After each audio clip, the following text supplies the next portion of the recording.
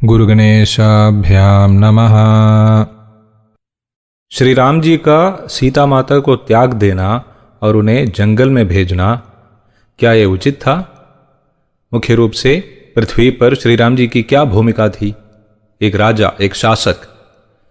धर्मशास्त्र के अनुसार राजधर्म का सख्ती से पालन करने वाले श्री राम जी का शासन शुद्ध लोकतंत्र के समान ही था। क्या लोकतंत्र बहुमत की इच्छा का शासन है? नहीं। यदि ऐसा था तो अयोध्या के विशाल बहुमत ने सीता देवी की शुद्धता पर भरोसा किया था। केवल कुछ ही लोगों ने सवाल उठाया, देवी रावण के पास महीनों बिता कर आई है, आप निश्चिंत उनकी पवित्रता को कैसे मान सकते हैं? आज के लोकतंत्र में इसे केवल नजरअंदाज कर दिया गया होता, या ऐसे कहने वाले मानहानि या देशद्रोह के मामलों में फंस जाते। केवल कुछ ही लोग हैं, उन्हें कई तरीकों से चुप कराया जा सकता है। उन्होंने अपने परिवार के लोगों के लाभ या आनंद के लिए शासन नहीं किया। शासक को अपनी प्रजा में से सबसे कमजोरों की भी आवाज सुननी चाहिए, अल्पसंख्यकों की भी आवाज सुननी चाहिए। उन लोगों की असली चिंता क्या थी? बेशक जो कुछ भी सीता जी के साथ हुआ उसमें उनका कोई दोष नहीं था, लेकिन ये एक मिसाल बन सकता था। कल कोई भी व्यक्ति, स्त्री या पुरुष, जब तक चाहे तब तक परिवार से दूर रहेगा, जो चाहे वो करेगा, जब चाहे तब वापस भी आएगा। यदि आप उनसे पूछेंगे तो वे कहेंगे, क्या सीता जी ने भी यही नहीं किया था? यदि धर्म के प्रतीक राम ने कोई आपत्ति नहीं ली तो अब क्या समस्या है? यही असली चिंता थी। तब केवल 1 या 2 या 10 लोग थे, लेकिन ये जल्द ही बढ़कर परिवार प्रणाली की स्थिरता को प्रभावित करने वाला एक सामाजिक मुद्दा बन जाएगा। तो क्या श्री राम जी बयान देकर इसे सुलझा सकते थे? इसे तो सिर्फ शासकीय प्रचार के रूप में लिया गया होता। लोग बुद्धिमान हैं, वे हमेशा बुद्धिमान रहे हैं। यहां तक कि ये कहते हुए कि सीता देवी लंका में अग्नि परीक्षा से गुजरी थी और उन्होंने अपनी शुद्धता साबित किया, शायद यह भी मदद नहीं किया। इसे किसने देखा है? आम जनता ने इसे नहीं देखा है। तो उनकी पवित्रता को स्थापित करने का एकमात्र तरीका क्या है?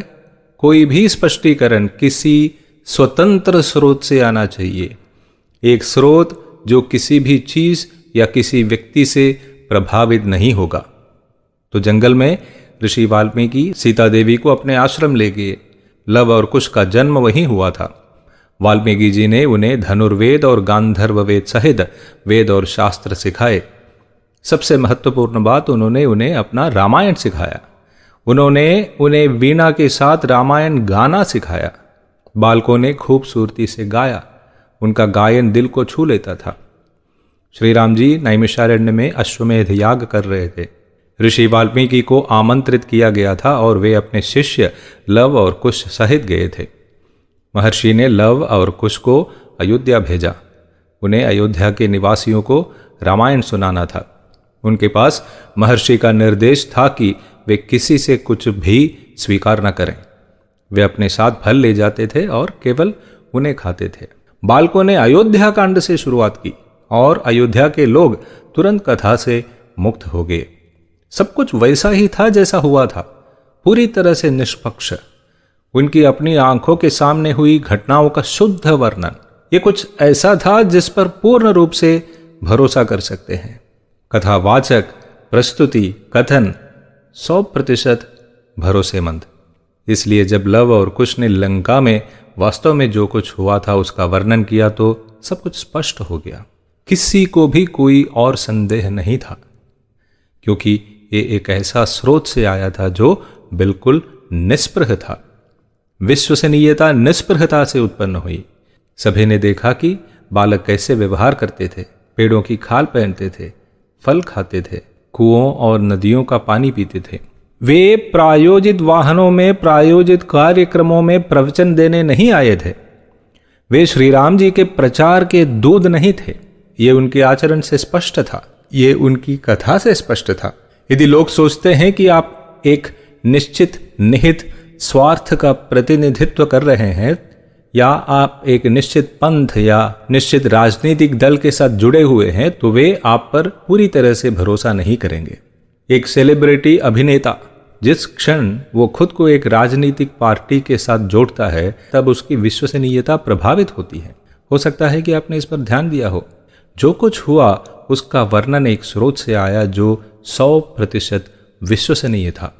यहां तक कि अगर यह राजगुरु वशिष्ठ से आया होता तो भी लोग इतना विश्वास नहीं करते, क्योंकि वशिष्ठ राज परिवार से जुड़े हुए थे। जो लोग सीता जी का विरोध करते थे वे भी उनके भक्त बन गए।